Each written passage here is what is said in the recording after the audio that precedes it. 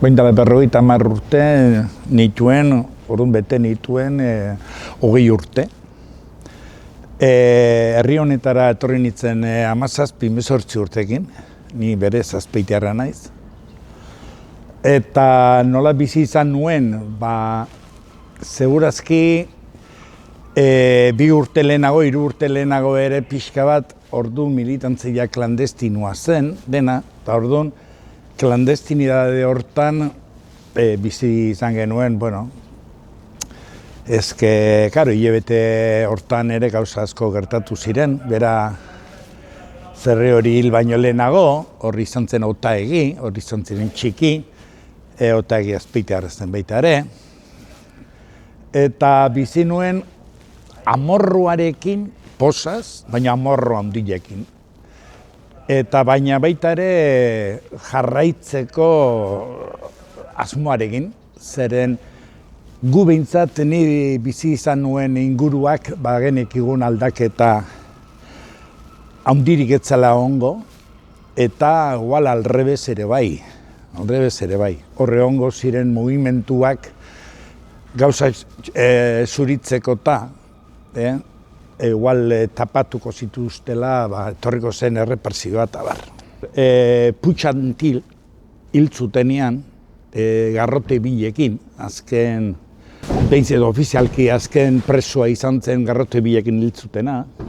Irratia, usten dut Radio Internacional, oin ez gogoratzen Paris, Radio Paris, horrek informatzen zuen, eta bai garrote bilena, eta baita ere susumuak ja hiltzeko zagoela eta hola, eta gero egia da, kuadrilla bat egin ginen, gainera horri batzuek, panfleto batzu banatzen hola, eta hor telebistan, oin ikaragarri famosu egin den Arias Navarro horren erdi negarrez Franco hil dela. Posik, amorrua, porque teoriz oean hiltzelako. Baina hola bizi izan genuen, nola? Ospatu genuen, baina ospakizun guk berezia egin genuen, ospakizun esan ez ja demora guztian preparatu inbergea. Hau ez da hemen bukatu, eta igual hau da gure momentua esateko honek bultza bat eman bertzeio, herri mugimendua eta hola. Nik usten dut eskerra edo herri mugimenduko militantzi orokorrak aldaketaren esperantza ez genuela. Esan nahi dut, genekigula J Fuego lanean jarraitu berko genukeela.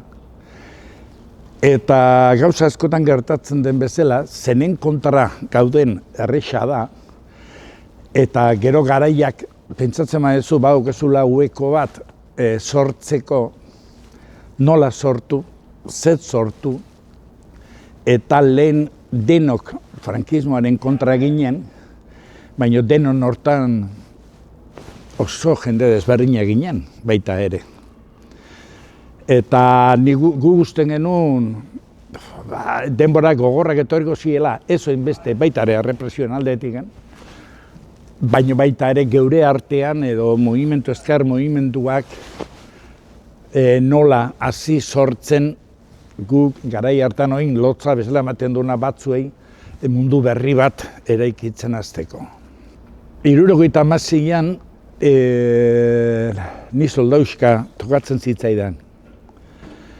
Garai hartan gainera, ni nengoen alderdian eta militantzian soldauskaren aurka o ejertzitoaren aurka, oin batzu parreiten du, baina pentsatzen genuen barrutiken izorratu bertzela.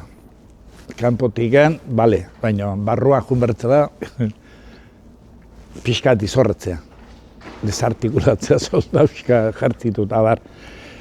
Eta oain aztentzea pentsatzen ni leridan tokatu zitzaian, gaina batean disiplinarioa bezala zen, euskaldun gehiena garea. Nik adibidez, anekdota dira, baina arma bat ez ziaten usten. Gu 5 lagun ginen, hemengoak, hola ingurukoak, eta armarik ez genuen probak eta zarrere egin, eta guri gango kapitainak horrek esan zigun. Ez zitzaiola batera inporta zer egin genuen areaju baino lehenago. zer egingo dugun handigen ateratzen geranian, baina han bertan oso txintxoak izateko. Baina, bueno, bitu hori Franco hilda urte betera ni soldadu euskan oindikan ejertzitoa oso movimentu handiak zegoen.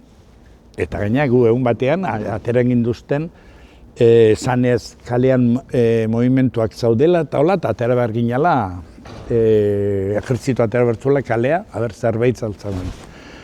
Eta nego goratzen naiz, ostras, jendeak enan kamioi batean, zer egingo du genuke, esaten baldin badigute hola. Bueno, batzu garbi genuen, baina baina.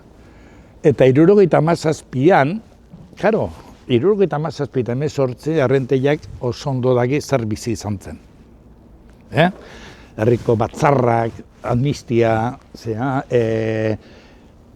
poliziek intzuen zarrazki horiek, eta bar.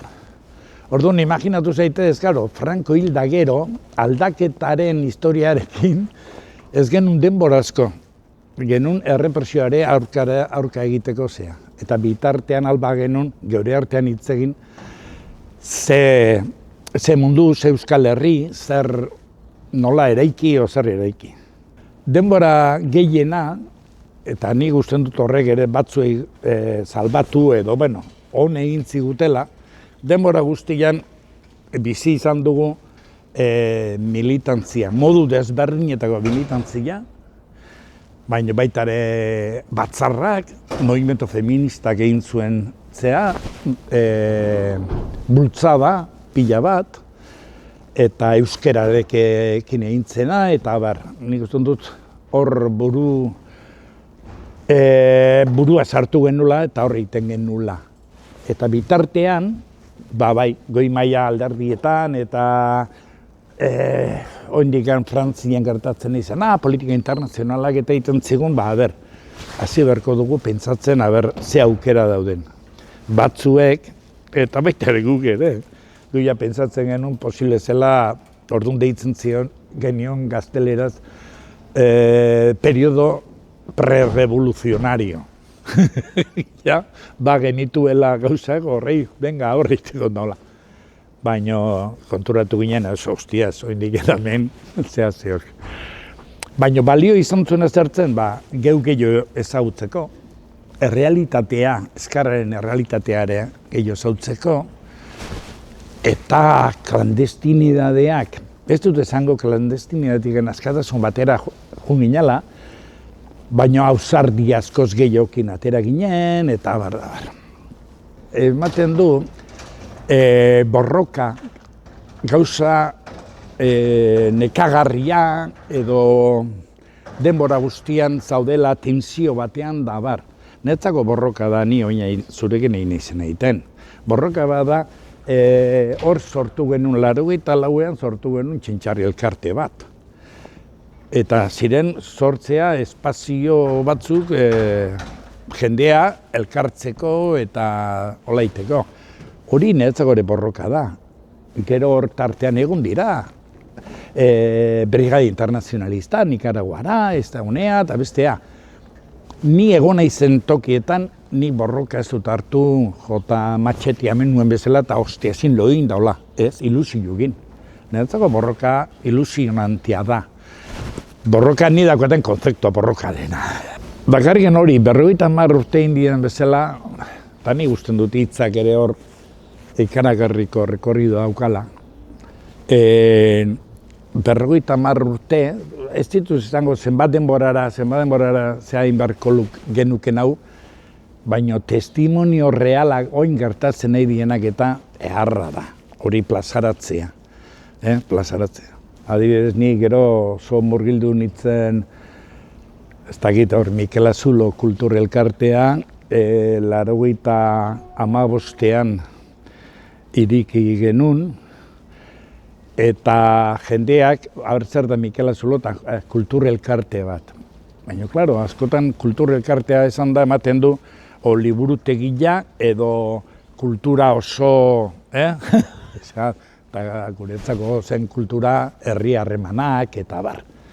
Eta horregatik hor sortu ziren gauzak. Nire hor dago borroka o militantzi kontzeptua hor dago.